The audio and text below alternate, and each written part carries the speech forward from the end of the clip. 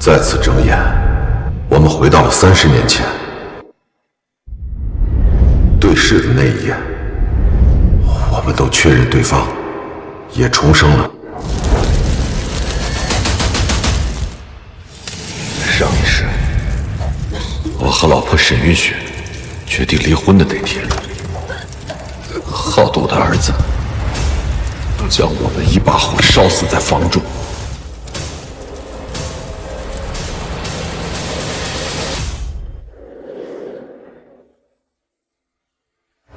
我和沈云雪结婚30年，从恩爱的夫妻变成了怨偶。远之，远之。后来我才知道，他的心里始终住着一个念念不忘的白月光。刘澄清，我会让你知道，没有你这样的废物拖累，我的人生会有多精彩。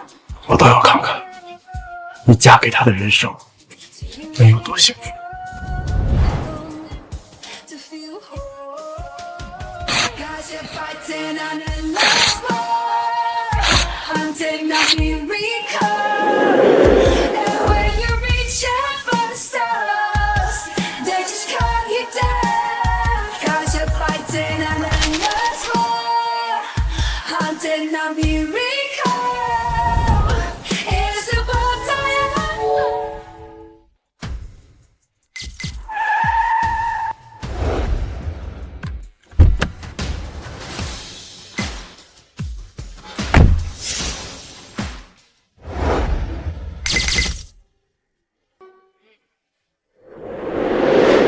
老公，你跟2个孩子熬了这么久，才让希望炎症出来，身体能不能吃得消啊？要不同学会别去参加了，我就送你回去好好休息休息。我跟同学们30多年没见了，刚好趁这次校庆联络联络感情。那行吧，我先带丫头和臭小子先去看看爸。你们不用着急过来，去外公那儿好好休息休息。拜拜。走了。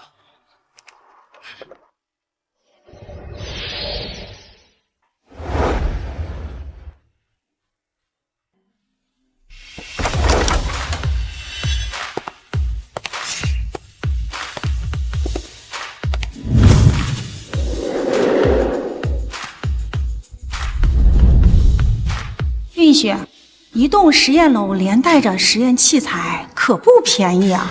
你就这么捐了？母校100年校庆，我和远之都是从洛城大学出来的，现在小有成就，理应为母校做点贡献。如果不是听说影后周雨玲今天要来学校看周教授，我怎么可能花这么多钱给周教授捐实验楼？这点小钱，运雪根本就不在意。运雪最近参演那部剧啊，又成爆款了。以前参演的每部剧基本上都是爆火。2个儿女更是年轻有为，独自创办了百利公司。听说啊，守望的实验室研发出来的抗癌药物啊，希望的专利会授权给百利。这一旦投入生产，那即将是爆品。年轻有为啊，年轻有为，真是虎父无犬子啊！运雪真幸福呀，嫁了个好老公，又有2个有出息的儿女。依靠着前世的记忆，我出演的基本都是出圈的剧，让我赚了不少的钱和名声。刘澄清，没有你的拖累，我功成名就，过得无比幸福。哎，对了，我看校庆的参会名单上有刘澄清的名字。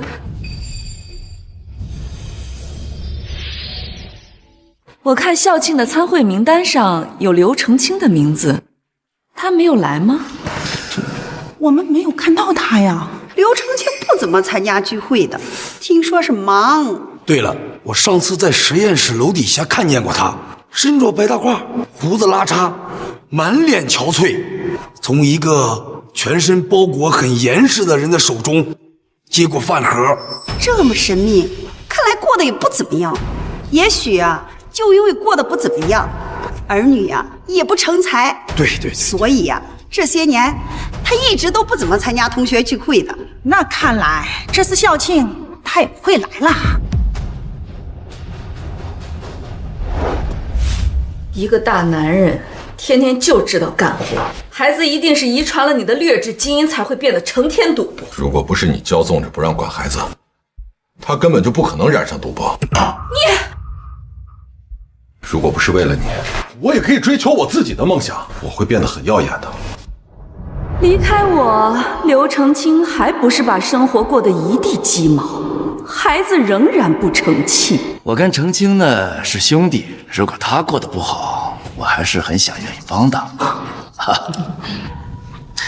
我跟运雪会尽力帮忙的。远之还是跟年轻的时候一样大方义气。运雪跟你在一起真是郎才女貌，天作之合。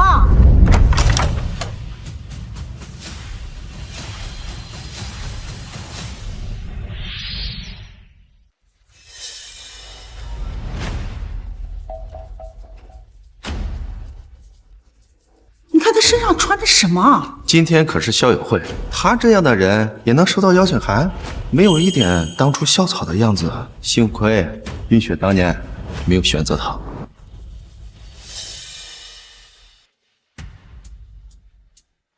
这学术报告厅装饰的还不错啊。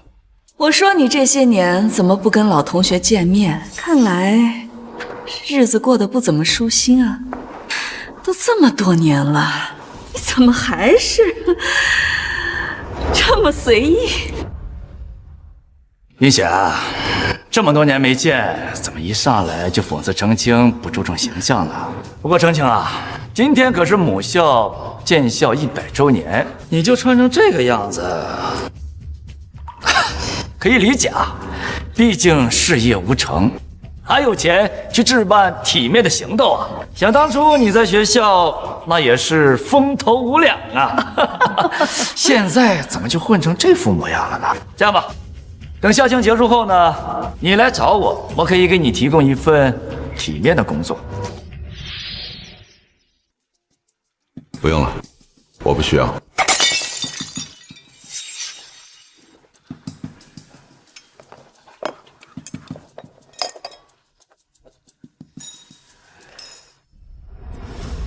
收拾的这么熟练啊？怎么老本行？你管得着吗？我现在在娱乐圈可是混得风生水起，名和利我都有。我以为同样拥有上辈子记忆的你，应该混得不会很差。还说什么没有我你会更耀眼？看来你离开我之后还是一无是处啊。这里有20万，一日夫妻百日恩，看在你我曾经好过的份上，帮你一把，去给自己多买几套好衣服，像这样的场合穿得得体一点。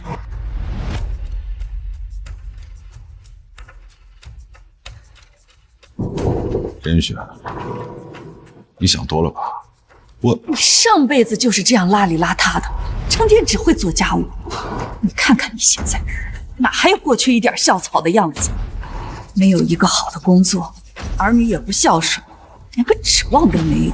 这钱你要是不收下，你的日子只会过得更加凄惨。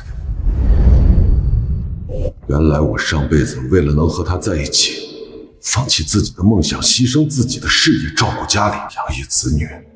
在他看来，就只是会干家务、没工作的废物。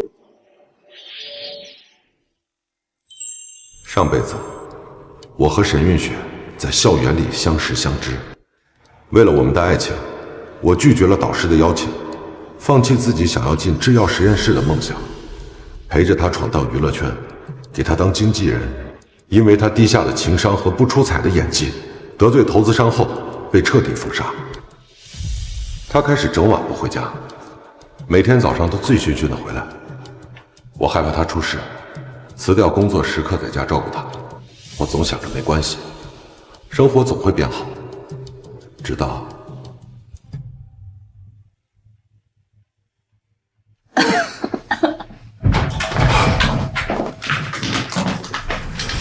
怎么了这是？远志回国了，他回国了，他还是那么儒雅，他还有2个优秀的儿女。如果当初我接受他的表白，跟他在一起，为他生下2个优秀儿女的女人就是我。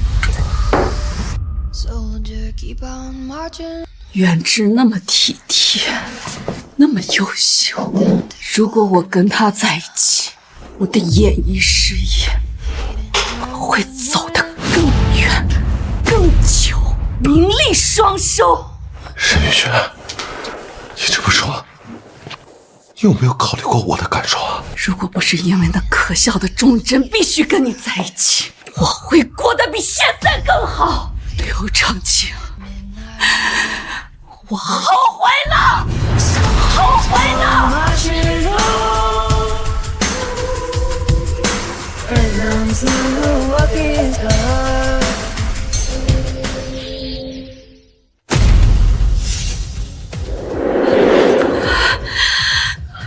居然还想打我，你疯了吗？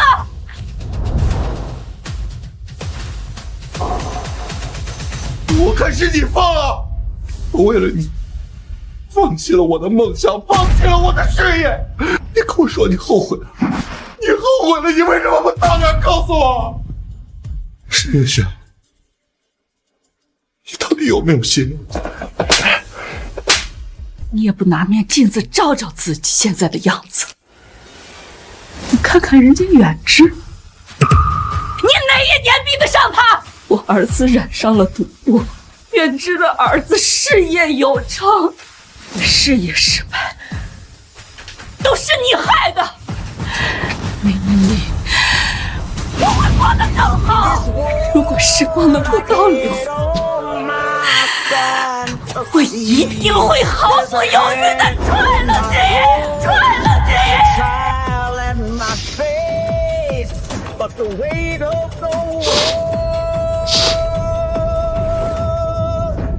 好，既然你这么看不上，那我们离婚吧。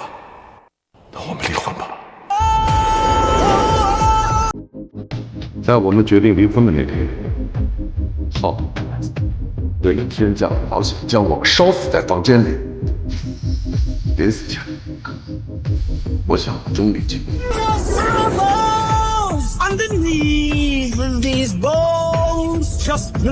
我不需要。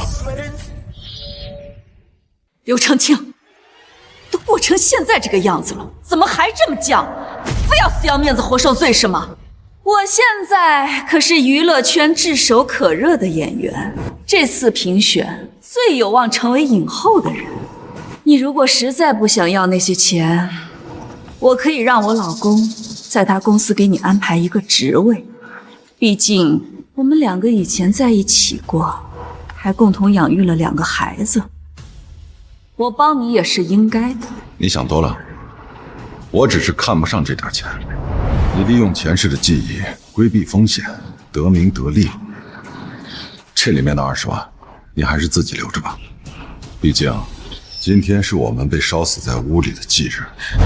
我希望在你失去提前预知的能力后，评选影后的机会可以保留得住。您就是沈学姐吧？张老师在办公室等您。啊，好，我马上就过来。哎呀，这你们鼻子怎么了？你干嘛呢？你们2个？妈，你看哪这种子？臭小子，你别欺负你妹妹。知道了妈，这就跟他开个玩笑嘛。妈，你跟他去哪儿啊？你妈呀，在宴会厅上肯定馋甜品，但是呢，她血糖又偏高。那宴会厅上蛋糕，这糖分肯定高啊，所以我给她订了一些无糖的甜品。刚好实验室有一批紧急文件要她批一下，就一起送过去了。刚好我跟依依，我们一块儿去尝一下。哎，云雪，怎么着急忙慌的？影后周雨玲要带着她的隐婚老公和孩子来看望周教授，我让张老师帮我引荐一下，只要能和周影后搭上关系，那我的事业以后肯定会更上一层楼。周影后，远之啊，运雪这么厉害，得妻如此，夫复何求啊？我听说呀，周影后这些年息影退居幕后，名下产业无数，所创的娱乐公司是圈内的龙头企业。如果运雪呀真能跟周影后认识，那她的事业呀肯定能迎来第二春的。大家都是朋友，又是校友，有事肯定会帮忙的。好，快去吧，云雪，别让张老师等着急了。啊。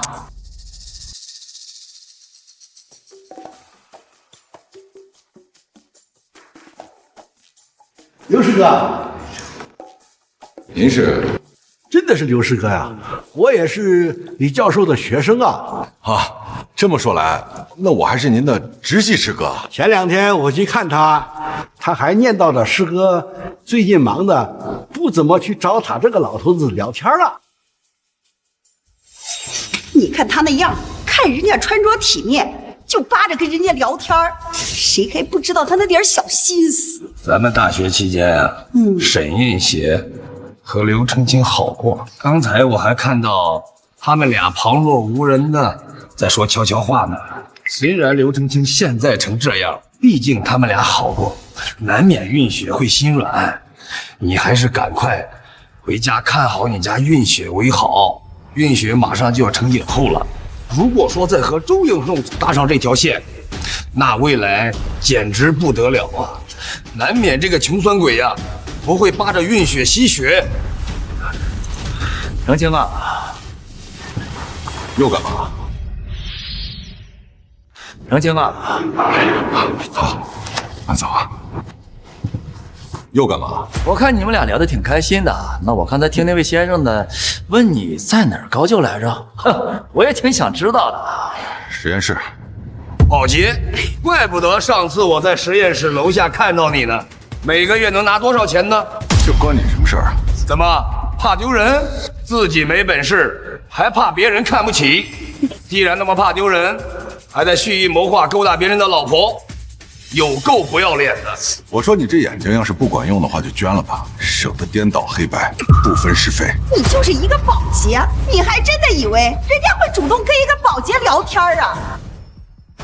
我这里呢有5万块钱，校庆结束后，我希望你不要再出现在运雪的面前。还真是一个被窝里睡不出2种人啊！你觉得自己很有钱是吧？我知道你跟运雪俩有过一段，现在你过得不是很好。那运雪呢，一向心软，虽然她嘴上不说，但她心里还是很想帮你的。她是我老婆，马上就晋升影后，这种小事呢，自然不能让她轻心。收了这个钱，时刻注意自己的身份，最好离运雪远一点。你放心，沈运雪在你这儿是块宝，在我这儿什么都不算，不过就是一个爱慕虚荣、为名为利的女人罢了，我没兴趣。不过呢，我的老婆要比她优秀漂亮1万倍。珠玉在前，我是疯了吗？怎么可能看上这种女人？珠玉在前，好啊，那你倒是说说是什么样的珠玉啊？周雨玲，周雨玲周雨玲，我看你是没睡醒吧？就你这个穷酸样，周影后会是你的老婆？你做梦吧你！周影后隐婚，她的丈夫一直很低调，从未露过面。即使她的丈夫没露过面，也不是你这种保洁能够冒充的。就你还影后老公呢？哎呦，笑死个人了！刘成清，既然你老婆这么厉害，那以后可得多照顾照顾我们这些老朋友。听说周影后今天在家属院周教授的家里面吃饭，你怎么不去啊？你不想吗？周影后给先生准备的糕点，请先生签收。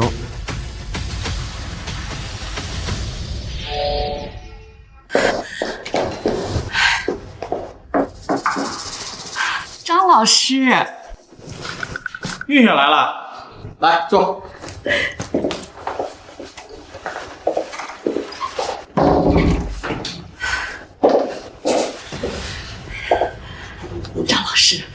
周影后她有空吗？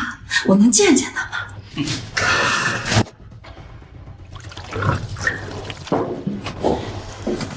谢谢。放心，我答应你的事一定给你办好。哦，周影后啊，现在就在周教授家里。一会儿他带着孩子离开的时候，我爱人会告诉我的。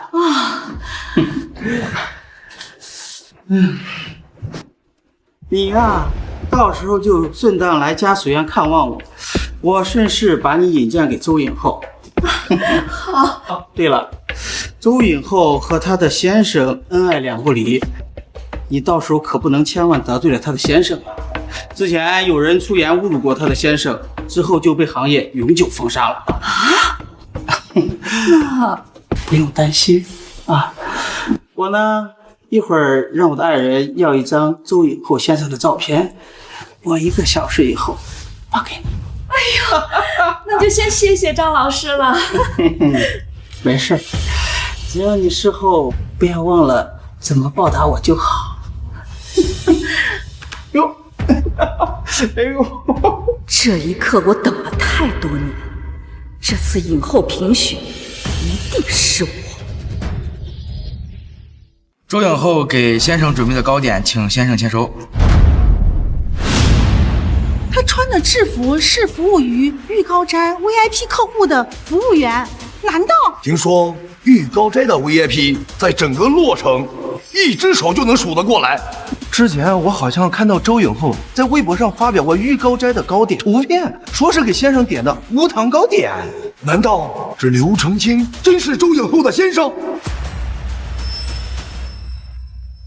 雨玲真好，怕我忍不住吃宴会上的蛋糕，专门给我在玉高斋订了糕点。请问您是周姐的先生吧？哈，你就是他身边新来的那个小助理吧？是的，先生，这份合同是周姐让我拿给您的，说是实验室那边着急要。好。谁说这合同是给刘承清的？这明明是给远之的。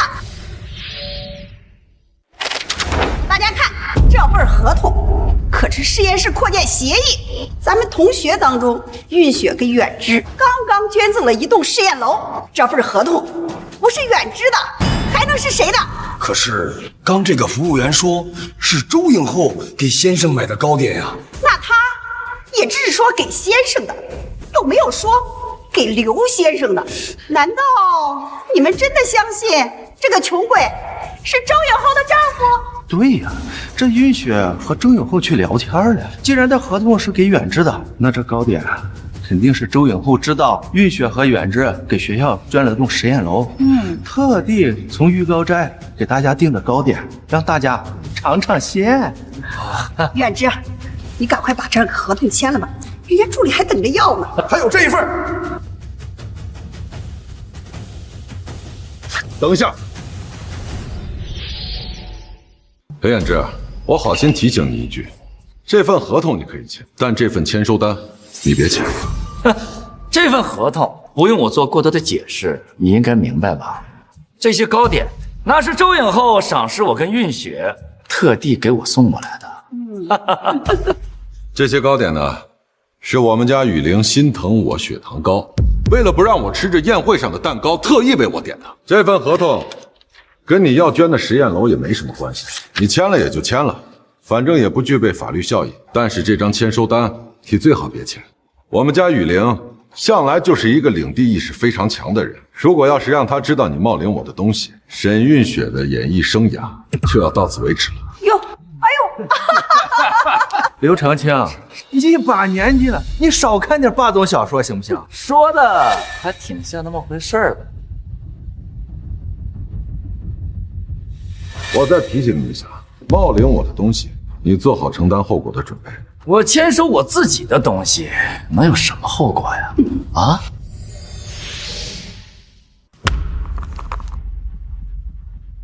这些糕点呢，大家都可以过来尝一尝啊。这玉高斋的糕点可是一绝呀，大家有口福了。这糕点啊是无糖的耶，即使是血糖高，也可以多吃几块。不愧是玉高斋的糕点呀，味道真是不一般。不来块尝尝？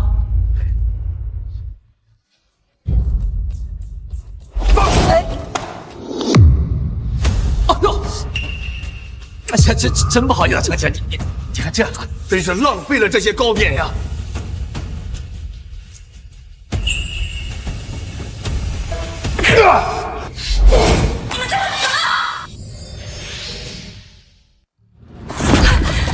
刘承清，你疯了吗？老公，你没事吧？运雪、远之好心请这个穷酸鬼吃蛋糕，他竟然动手打远之。远之本想着同学一场，看着你过得不好，给你找份体面的工作，没想到你这么不识好歹。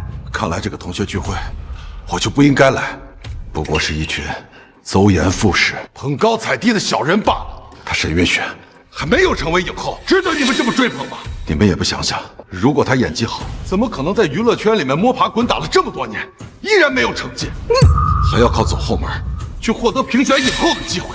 小心乐极生悲，到最后竹篮打水一场空。像我这种小人物，不配跟你们这些高高在上的人做朋友。再见了。站住！来人就想走，远之道歉。给我放开！我给他道歉，那是因为他自己手贱，挨了我一拳，活该！打了人还这么理直气壮。就是，你个大男人，连骂女人这么没品位的事情都做得出来。那远之动手，我是想维护运雪的声誉。声誉？刘承清当着所有人的面说你是爱慕虚荣、自私自利的女人，远之不过是想上前劝阻一下，结果反倒被这个穷酸鬼给打了。云雪，你不能再这样下去了。起开，王哥还在外面等我呢。起开！沈月雪，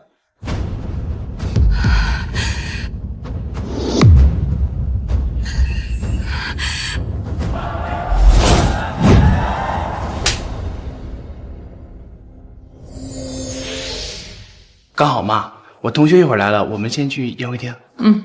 妈，那我们先走了，等会儿见。哎，你等着我。疯了半天。你自己没本事。如果你能够让我过得更好，我至于出去左右逢源抽出他好吗？上辈子我都是因为你拖累的，是因为你，我的事业才过得那么不顺，都是你害的。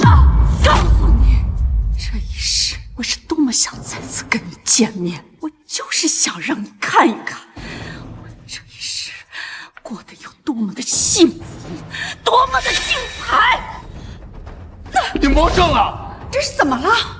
对呀，怎么突然这么激动？说我爱慕虚荣，你这个穷酸鬼知道什么？没有这些钱，你只会被人瞧不起，就像你现在一样。再也不想像上辈子那样跟你这个臭虫为伍。现在你臭虫就这么待在阴沟里，钱你这辈子都爬不出来。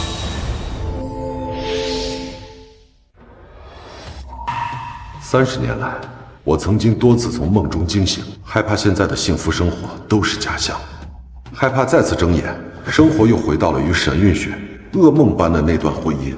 我有时候在想，会不会其实上辈子的生活才是一场梦？感谢老天爷，让我有了拨乱反正的机会。沈运雪，你已经按照你上辈子的期望，嫁给了你心心念念的白月光。也如愿以偿的在娱乐圈里面混得风生水起，你为什么要揪着我不放啊？我们放过彼此吧，就当做上辈子是一场梦。站住！云雪，虽然我们大家不知道你们之间发生什么，但是肯定是这个穷鬼的不对。我们今天几个就好好替你教训，等你当上了以后，别忘了同学几个。当然。他们人多势众，为了讨好沈运雪，说不定真会做出对我不利的事情。我得联系雨呢。小叶，走快一点！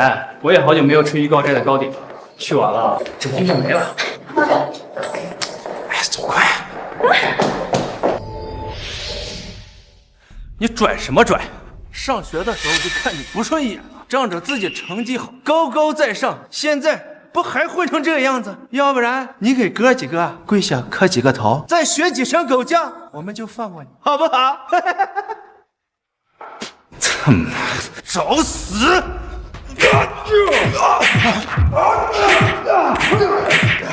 呸！那什么玩意儿啊！一个窝囊废还敢冒充周影后的先生？周影后的先生？刘承清，胆子挺大呀！听说周影后最是护短，她的先生是个儒雅有才、光风霁月的才子，就你还有脸冒充他？沈月雪，你们会后悔的。还死不悔改，给我打！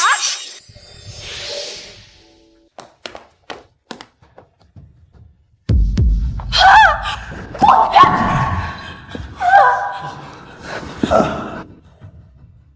你们好大的胆子！哪来的毛都没长齐了小兔崽子，少管闲事。这两个年轻人，我怎么看着那么眼熟啊？穷鬼都是长一个样，你在路边见过，也不足为奇呀。我好像是在周教授的寿宴上见过他们俩。周教授，我远远听见他们俩喊周教授外公。外公？周教授可是周影后的父亲。刚才这个年轻人喊刘承清爸，难道刘承清真是周影后的丈夫？你们知道我爸是谁吗？他今天要是有什么闪失，所有人加起来都赔不起。不是我，是他让我们动手的。对，都是他指使我们的，我们都是被迫的。我见过你之前堵过我妈的车，不过被拦截了。我记得你是为了影后评选，你把我爸打成这样，我妈不想发现封杀你都算得仁慈。云雪，别被他骗了，他就是一个保洁，周影后会看上他呀。可是我好像真的听过这两个年轻人喊周教授外公。那周教授应了吗？我好像是没有听到。那就是了。当时宴会那么多人，说不定又是一个故意混淆视听、乱盘关系的穷鬼呢。原来是个冒充的呀！这年头，什么阿猫阿狗都打着周影后的旗号招摇撞骗。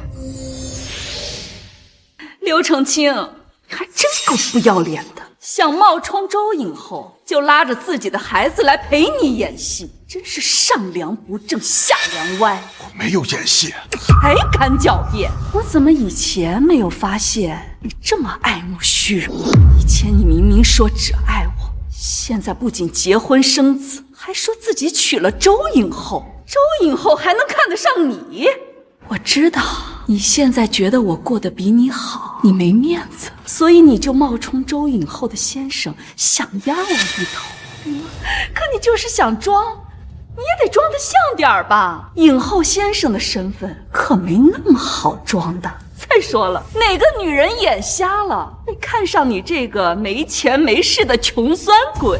就是周影后那么有能力的人，怎么可能会看上一个一无是处的穷酸鬼？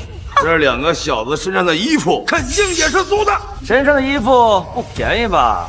何必呢？你们少在这里胡说八道！我爸才华横溢，他为社会做出的贡献是你们这些臭虫都比不了的。才华横溢，做贡献？那你说说，他都做了什么贡献呢？希望你们有所耳闻吧，是我爸带着我们研发出来的。撒谎也得有个度吧？你是听说我儿子和女儿创办的医药公司百利想要跟守护实验室合作生产抗癌神药希望，所以你就迫不及待的想要压我儿子一头，痴心妄想。上辈子你把儿子教育的赌博，害得他为了钱不惜害死他自己的双亲。这辈子虽然你的儿女没有染上赌博，但是以你的劣质基因，他们也不会有任何出息。毕竟穷鬼就是穷鬼，穷鬼的孩子能有什么出息呢？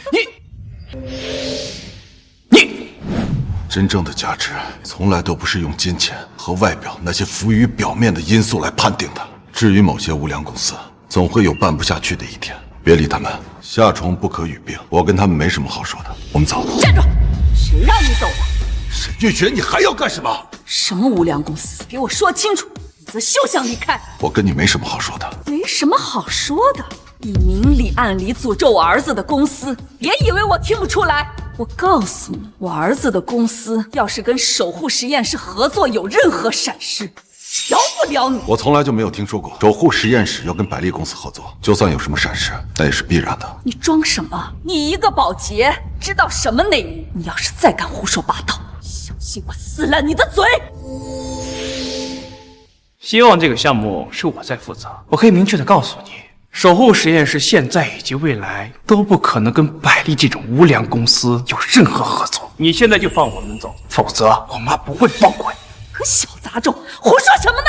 你还演上瘾了是吧？你个保洁的儿子，有什么资格负责希望这个项目啊？你知道这个项目有多赚钱吗？你还代表守护实验室拒绝合作，恐怕你连守护实验室的大门都进不去吧？保安，保安，把他们给我带出去！你们要干什么？你疯了吗你？有什么事你冲我来，别碰我2个孩子！爸，刘研究员的电话打不通，这可怎么办呀？这话我都已经放出去了，刘研究员要是再联系不上，希望的开发权让别人捷足先登了，那我们的公司就真的要破产了呀！你先别担心，儿子啊，我跟你妈参加完校庆，见过周颖后，马上就回去。你和你妹妹先稳住媒体和股东，到时候咱们一起去实验室找刘研究员，好吧？好。你放心。我只是把他们带出去，不会对他们怎么样的。我告诉你，沈月雪，如果你还想在娱乐圈继续混下去，你最好别碰我2个孩子。他们的母亲真的是周玉玲，如果你敢伤害他们1根汗毛，我跟玉玲不会放过你们的。威胁我？我的翡翠项链丢了，肯定是这2个小野种偷偷的藏了起来。你给我带回去，仔细的搜，带走，带走。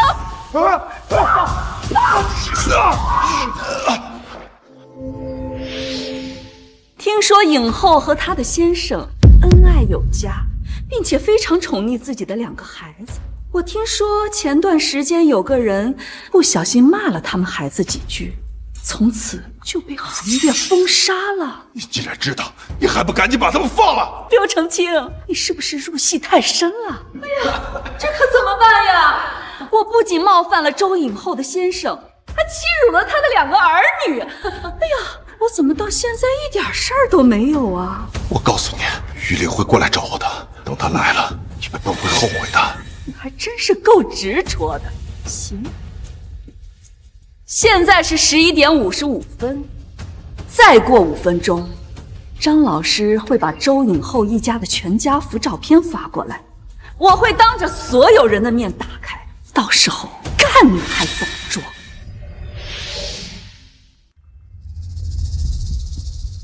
都这么久了，这合同怎么还没送回来？周姐，这是实验室的合同，还有玉高斋的签收单，我也一并带回来了，放那儿吧。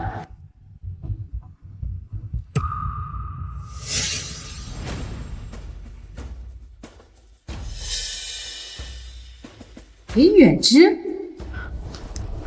这是怎么回事？他们说这糕点是因为你赏识沈女士而送给这位裴先生的。他们说你被解雇了。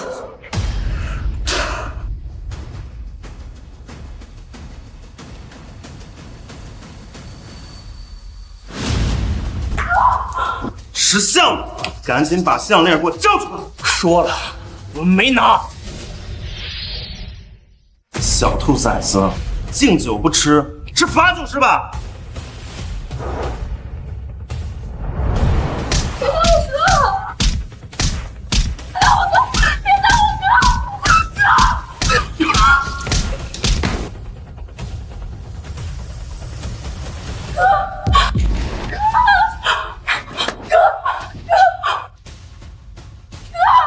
喂，别装死啊！滚开！我哥要是有事，我打你们！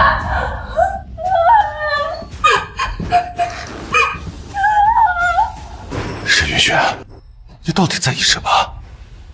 我娶了周玉玲，你嫁给了裴远之，孩子事业有成，家庭美满，你为什么老是揪着我不放啊？因为你毁了我上辈子的人生。你就去看看嘛。你知不知道你在说什么？哎呀，澄清，别那么激动嘛！你为了得到这个角色，居然要拿我去换，你到底心里有没有我这个老公啊？你差不多得了啊，我都不介意，你在这矫情什么？我，程清啊，你不是说你最爱我的吗？李姐说了，只要你陪她睡一晚，她手里那个女二的角色就是我的了。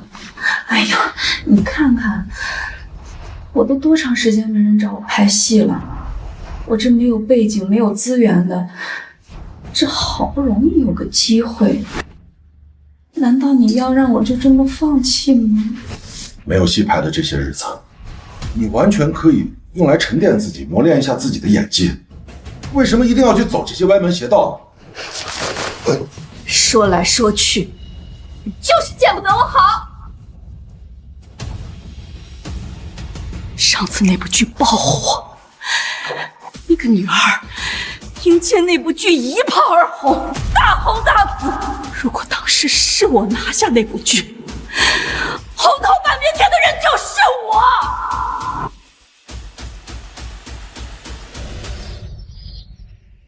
你简直是不可理喻！我不想跟你废话了，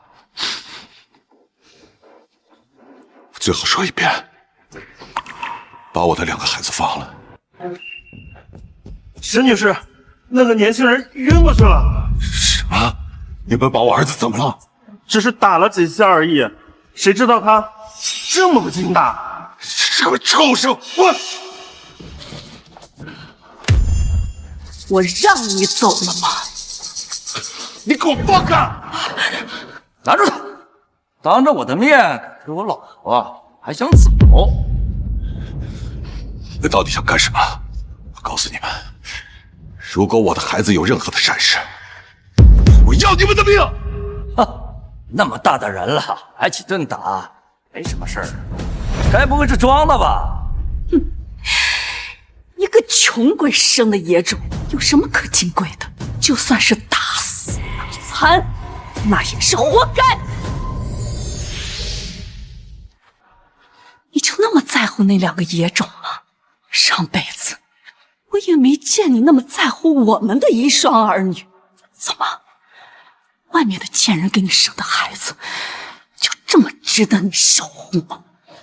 他们2个是野种，还有什么样的孩子，就有什么样的妈。他们2个比上一世的那2个小兔崽子让我伤心多了。你再给我说一遍，我再说100遍，还是这样。你不是说你最爱我的吗？你不是说你最爱我给你生的那2个孩子吗？爱你，你保证了吗？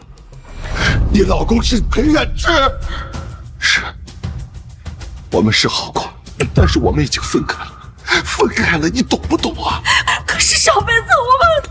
沈玉雪，我为你生了2个孩子，你怎么能这么对我？是，你说的是那2个放火弑亲的好孩子是吗？沈玉雪，上辈子的事儿，我们就当做一场梦。你放过我，也放过你自己。不行，你不能走，是骗我的，对不对？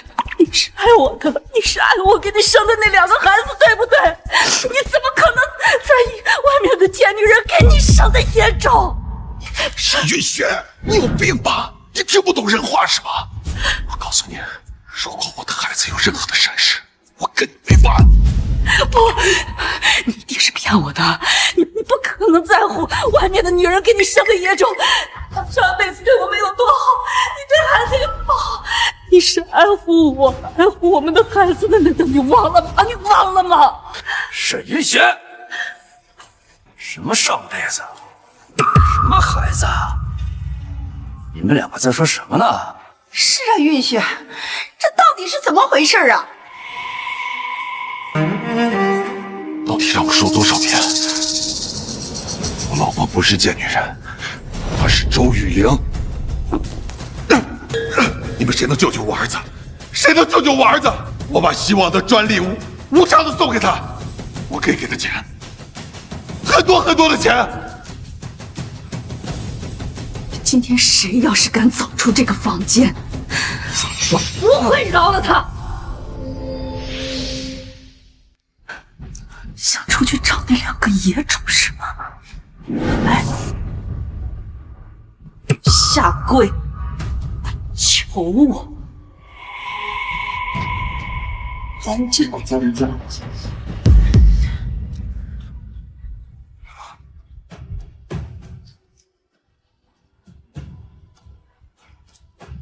好，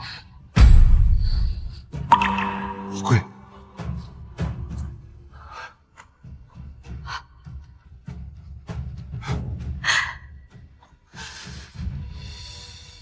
我求你，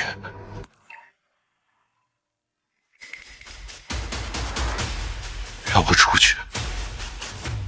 你居然只为了那2个野种跟我下跪！你就那么在乎那2个孩子吗？现在我可以走了吗？沈玉雪，你今天必须给我解释清楚！沈玉雪，你今天必须给我解释清楚，什么叫你们的孩子？远志，不是你想的那个，不是。那是什么意思？好啊，这些年难道你心里还一直想着他？还是你们俩早就围着我勾在了一起？还有2个野种，你他妈狗东西！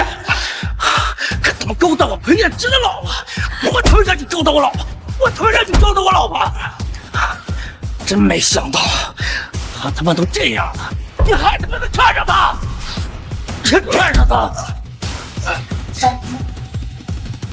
说什么？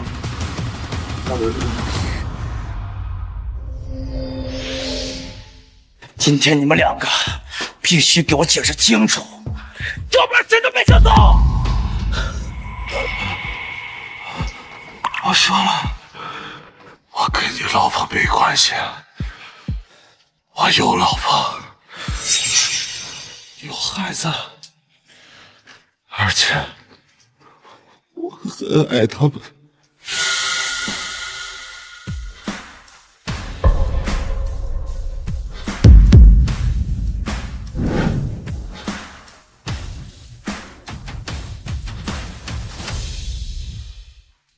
那个贱女人到底是谁？让你这么维护她？我说了，我是周雨玲，她才是我的老婆。可真能装，到现在还嘴硬。到现在了还嘴硬。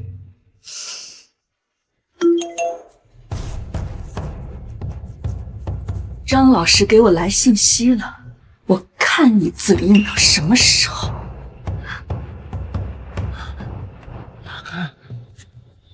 好啊，今天我就让你当着大家的面死心。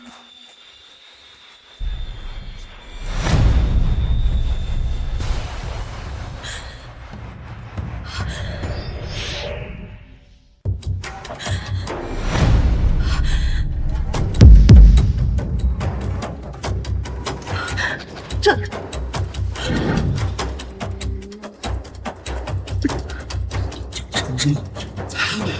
上阵，上阵。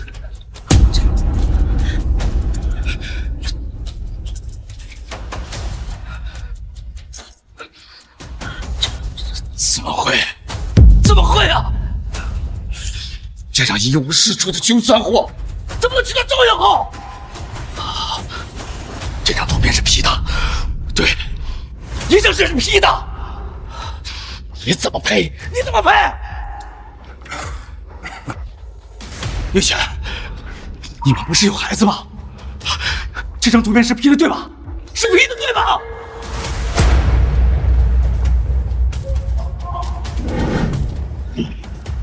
柳成清真的是周影后的先生？那我们刚才那样对待他，那周影后知道了是不会放过我们的。都是沈印心这个贱女人，要不是她，我们怎么会得罪刘成清？就是刘成清竟然真的是周影后的先生，那份合同签收单，这我们该怎么办？早就告诉过你了，可是你们眼瞎耳盲。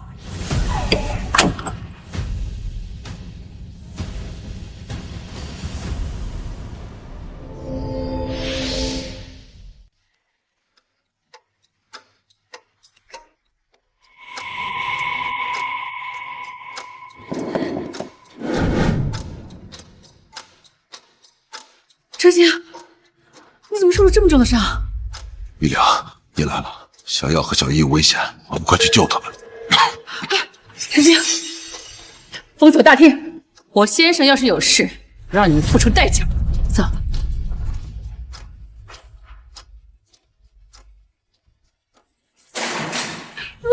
一定不能有事，我再也不回小局子了。快救我！快救我！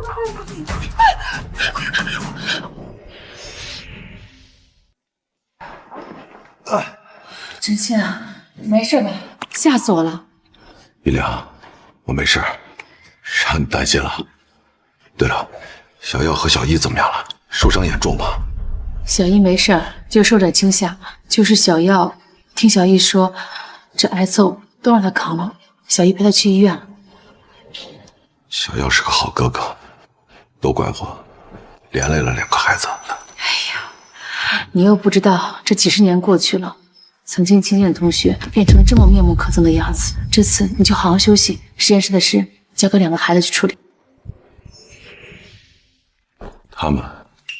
他们还在隔壁宴会厅，如果你和孩子有什么事，我是绝对不可能放过他们的。我要见见他们。我陪你一起。走。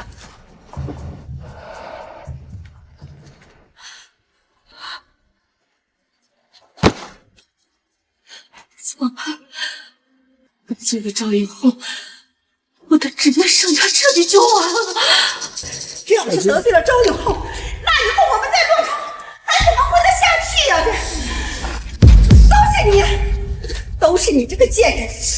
要不是你，我们怎么可能会得罪周影后？明明是你们捧高踩低、曲意逢迎，跟我有什么关系？哎呀，完了！哎呀，完了！哎呀，我们是不是会死在这里？刘成清怎么可能是周影后的先生呢？明明当初允许选择的是我，明明他现在看起来那么穷酸。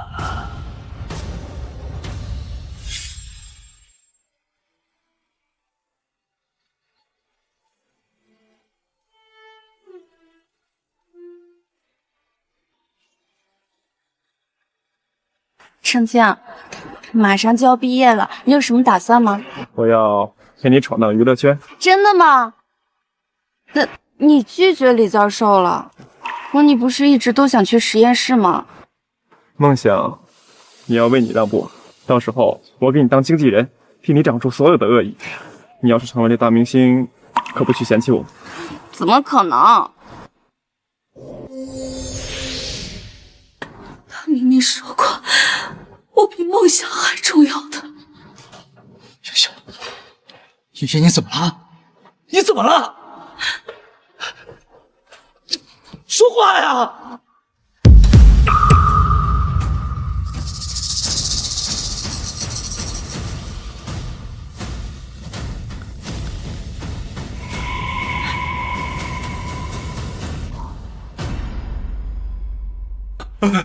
程清，对不起，羞辱你不是我的本意，都是他，我是被他蒙蔽了双眼。求求放了我，好不？放了，是啊，放了我。程青，看在我们同学一场，放了我们吧。一群捧高踩低、见风使舵的蠢货，动了我老公和孩子，不可能善良的。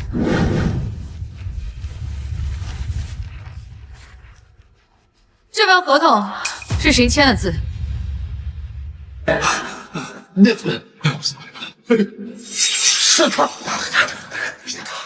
是他，他还打了你的先生，是吗？怎么打我的先生？你们现在给我演示一下。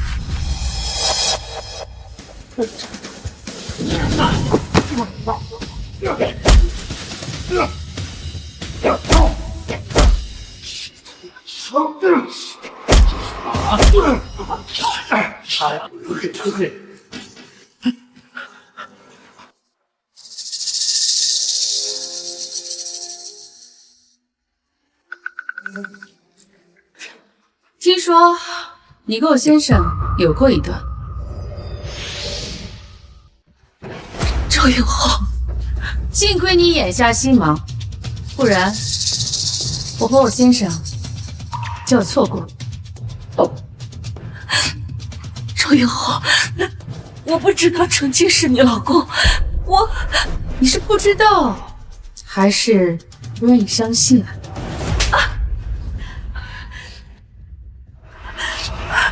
周永浩，对不起，是我错了，我知道错了，对不起，我真的知道错了。听说你到处炫耀，这次影后评级10拿9稳，不是你的不要钱，不是你的不要钱。程青，我求你，帮我求求情，我真的知道错了，你帮我跟周永浩求求情，我真的知道错了。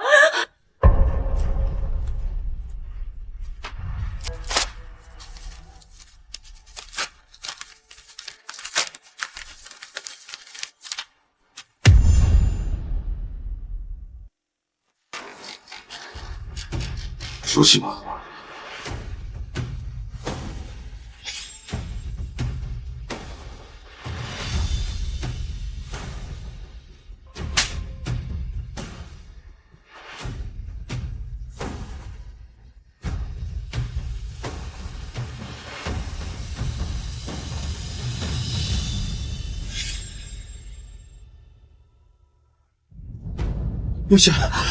月雪，刘成强，好歹你当初那么爱月雪，现在你发达了，你就当你什么欺负我们吗？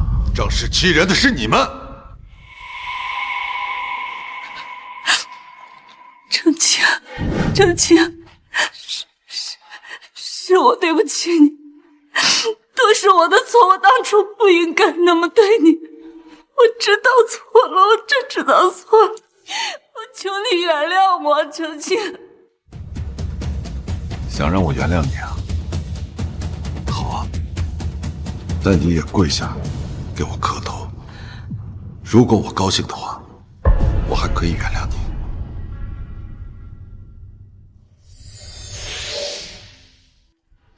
程青，你真的忍心这么对我吗？涂丽坚，你当着我的面勾搭我先生，让你磕头你就磕，哪那么多废话？你连自己的老婆都管不住，你跟他一起磕。凭什么？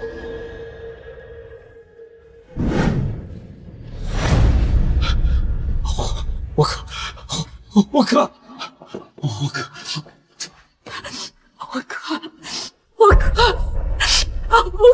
不起。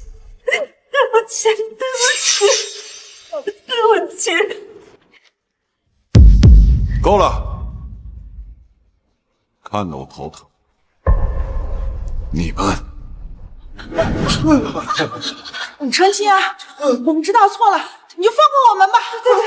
放过我们吧，程青，我们保证不会再犯了。从今以后，不要让我在洛城再看到你们。我们走吧。别走！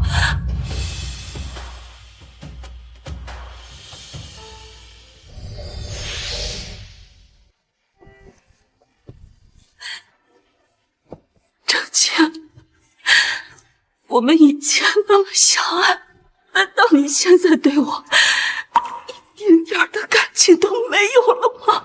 我之前毫无保留的爱过你，但是你亲手把我推开，你如此的羞辱我，我如果再执迷于你，那我就真应该去看看脑子了。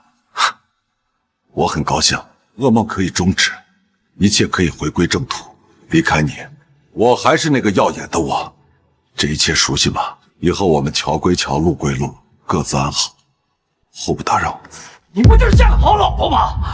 靠吃软饭才有的今天啊！不然，你为什么一直不敢来参加同学会？参不参加同学会那是我的自由，过得好不好，也不是参加同学会的理由。我先生才不是软饭男，他是一个有才华的人，他那么优秀，你不珍惜，自然有人珍惜。你从今以后被封杀了，不会得到任何资源。我说的。你们走吧。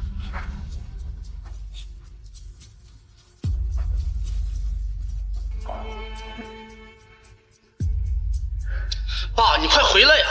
股东们知道了公司的亏空，股票一直下跌，再联系不上研究员，我们公司就真的要破产了。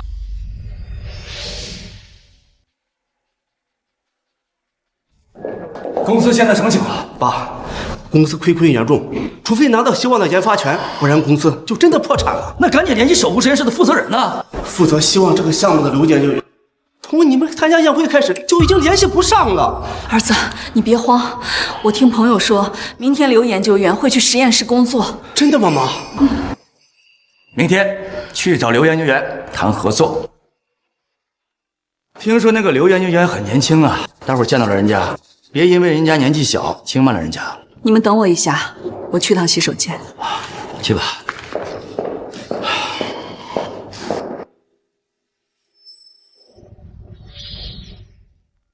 哎呀，你说你一个快退休的小老头，总比我这个影后还忙啊！希望马上就要上市和量产了，这对这个社会有很重要的意义。你说小耀都伤成那样了，我总不能压榨他过来干活吧？你呀，哎呀，不过说好了啊，只做一些力所能及的事，别勉强自己。等这个项目做完就退休。知道了啊，那我先进去了。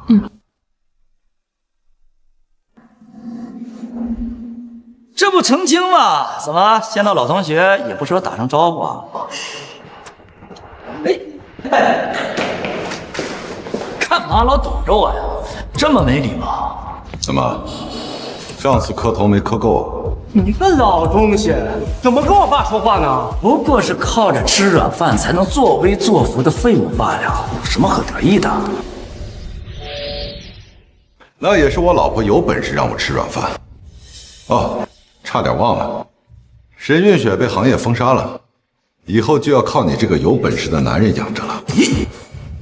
一个小小的保洁，居然能让周影后看上，这也是你的本事。原来是个软饭男呀！那你嚣张什么？你干啥？这里可是实验室啊！你敢动手，小心你丢了工作。看来你的胆子没有你的嘴硬了。程清，你怎么来了？他一个保洁，当然是过来上班的呀。叫他叫的这么亲热，难不成看他闲杂过得不错，还想老情人旧情复燃啊？你别忘了，他是一个靠女人吃饭的软饭男，当初不是你甩了他，今天被扒着吸血的就是你呀！元之，如果不是我，你能在圈内混到这个水平吗？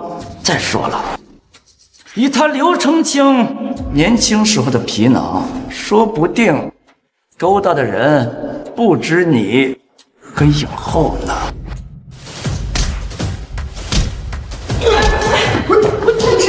如果你不想今天的事情差错的话，我劝你最好别动手。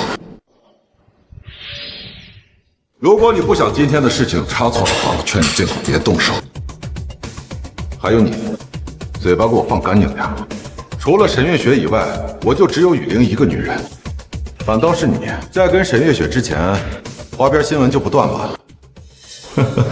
一个是婚前风流，一个是婚后暧昧绯闻多，你们两个还真是天生一对儿啊！我警告你，如果再让我听到你随意的编排我夫人，我不会这样轻易的放过你。爸，咱别跟他废话，咱还正事要办。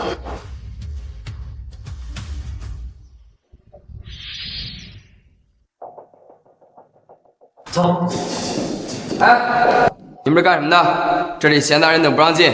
我们是来找刘研究员的，行个方便吧。刘研究员每天那么忙，是你们想见就能见的吗？你什么态度啊？你知道我们是谁吗？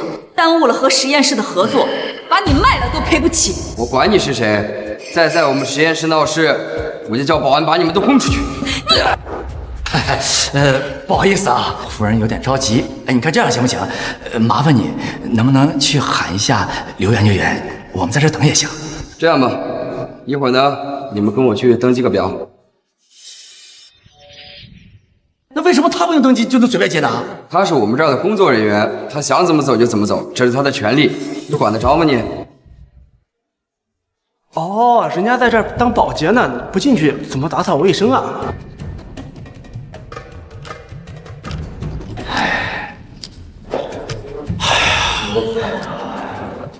你们不用等了，刘研究员啊，今天不在。不在？怎么会不在呢？刘研究员啊，这几天受伤了，这段时间都不会过来。你们啊，也别耽误我们工作，赶紧离开。不可能，你一定在骗我！我今天必须要见到。哎，你站住！哎，你干嘛？你干嘛？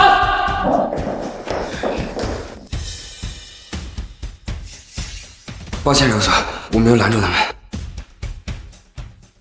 你怎么在这儿啊？当然是工作了。刘研究员呢？现在实验室就我一个姓刘的研究员。少在这给我糊弄人！刘研究员可没你这么大岁数啊！你怎么可能是研究员呢？你不是保洁吗？我研究生的时候就跟着张老师，能够进入药品研究所是我的梦想。就算你是研究员又怎么样啊？肯定是个底层打杂的边缘人。我们有重要的事情找刘研究员，他人呢？这间办公室是我的，如果你们没有走错的话，那你们要找的人应该就是我。哎，我说你这个老家伙，你是不是听不懂人话呀？啊，我们要找的是刘研究员，刘耀，希望项目的负责人。你说刘研究员叫什么？刘耀受伤了，现在希望的负责人是我。你算个什么东西啊？你说负责你就负责呀？你们是来谈希望项目合作的吧？那我可以告诉你们，我不会把希望的开发权交给你们。我不会把希望的开发权交给你们。哥，银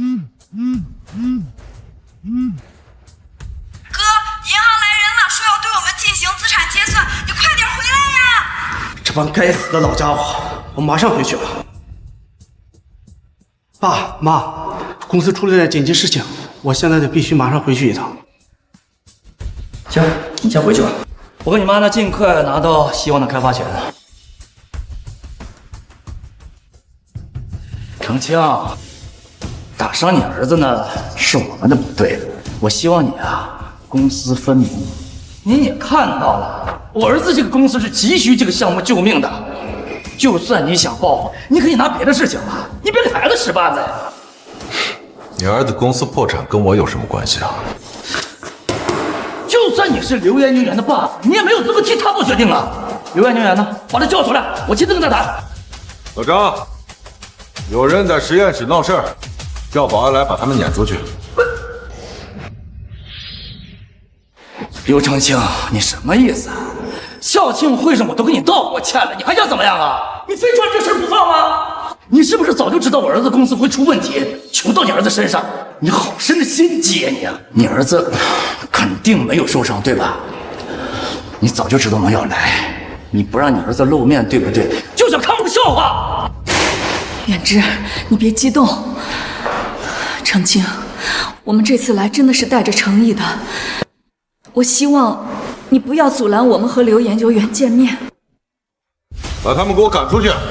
吵吵闹闹像什么样子？吵吵闹闹像什么样子？刘振清，你什么意思啊？你不过就是个底层打杂的你啊！你有什么资格赶我出去啊？打杂的？你搞错了吧？这可是我们守护实验室的所长。所长？他？我们刘所长最近带领我们可是研究出了抗癌神药希望，而且我们在医学上取得了重大的突破。你们不是要找刘研究员吗？我们刘所长就是刘研究员的父亲。什么？程青啊，我错了，程青。只要你把希望的开发权给到百利，我愿意再让出10个100%的利，或者为你磕头，磕到你满意为止，行吗？黑暗之，我不是故意为难你。希望这个项目就跟它的名字一样，是很多人的希望。我不可能把它交给一个不合格的公司。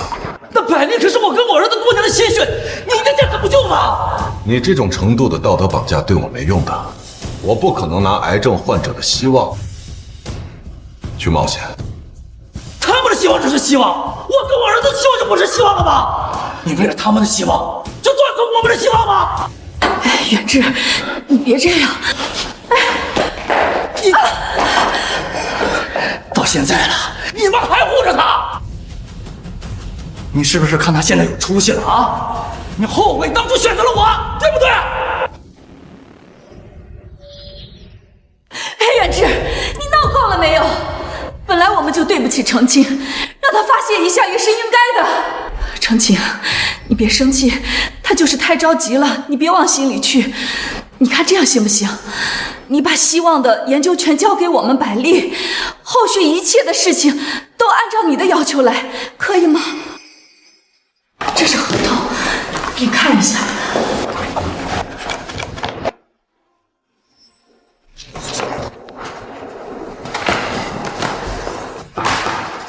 我说过了，这个专利我不可能交给你们。这个药品就跟它的名字一样，是很多人的希望。如果我把它交给你们，将会有很多患者买不起，那就背离了我们研发它的初衷。不过你们想得到希望的授权也可以，但是前期开发出的产品必须要免费发放，后期再纳入医保。你开什么玩笑啊？做慈善也要有个度，说的再好听，它不过是个商品，我是商人，我不把药的价格拉高，我怎么赚钱？我赚不到钱，我拿什么争取开发权？你还免费？你是不是得了失心疯了你啊？所以我不会把希望交给百利公司。百利破产对你有什么好处啊？黑暗之，你公司破产是因为你经营不善，跟我没有任何关系，跟希望项目的合作也没有任何的关系。我们守护实验室跟你们百利理念不同，没什么好谈的。先回吧。程青，雨璇，别救他了，放着钱不赚，非要搞什么破慈善，没有人会傻到答应他的条件的。既然他不把开发权给我们，我们自己想办法。我们走。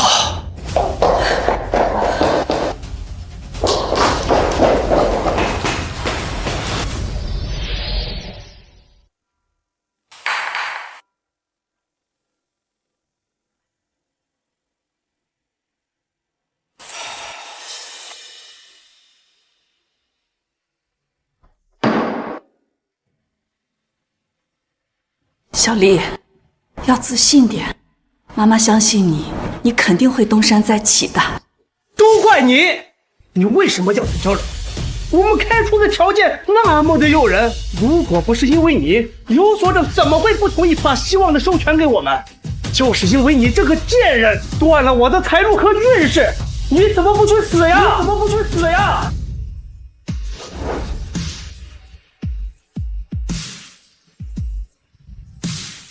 我是你妈，你怎么能这么跟我说话？我辛辛苦苦把你们两个拉扯大，黑雪，你哥这么说我，你就一点不在乎吗？你们2个人的良心被狗吃了吗？早知如此，我当初就不应该生下你们。够了！够了！不该生他们，我看不止生他们后悔，你是不是还想说，嫁给我也后悔啊？元之，你弄疼我了。你就是嫌我现在落魄了，还想找你的老相好，对不对？刘成清说的没错，你就是一个自私自利、爱慕虚荣的女人。就你这副样子，刘成清怎么会看上你呢？你比周玉玲差远了。元之，我要跟你离婚。你想抛弃我，还有2个孩子是吧？他妈休想！我不好过，谁都没想好过。我他妈有那样，我他妈有，我让你了。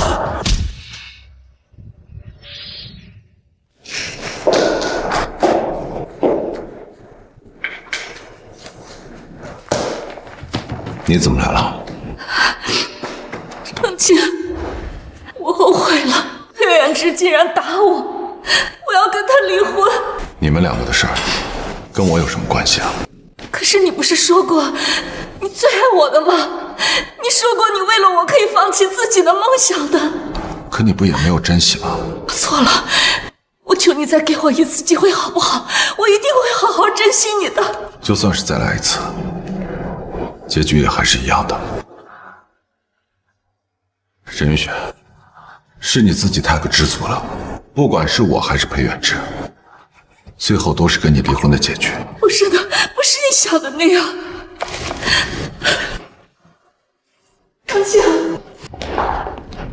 干什么？大庭广众之下，竟然拉别人老公，真不要脸！老婆，你怎么来了？当然是来谈合作了，得亏我来了，不然啊，不知道被哪个狐狸精给抓走了。你是说你想要希望的开发权？这虽然你是我先生，但是我可不需要你给我开后门。那你可要想好啊，这个项目不会有什么利润的。这是能赚钱的吗？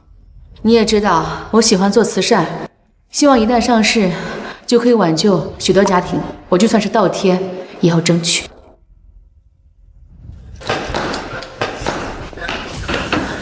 好你个沈云雪啊！果然来找你这老相好了！你个贱人，我杀了你！你个贱人，我杀了你！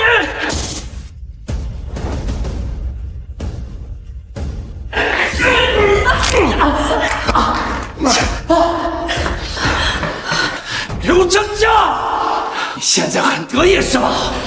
上学的时候你就处处压我一头，到现在还高高在上，而我现在却成这副模样，把他给我送到警局！刘成清，老婆，你没事吧？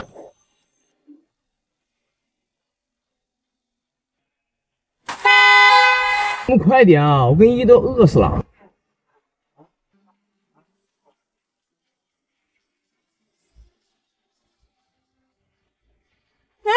刘一啊，你让我进去！开车呢！哎呀，开车！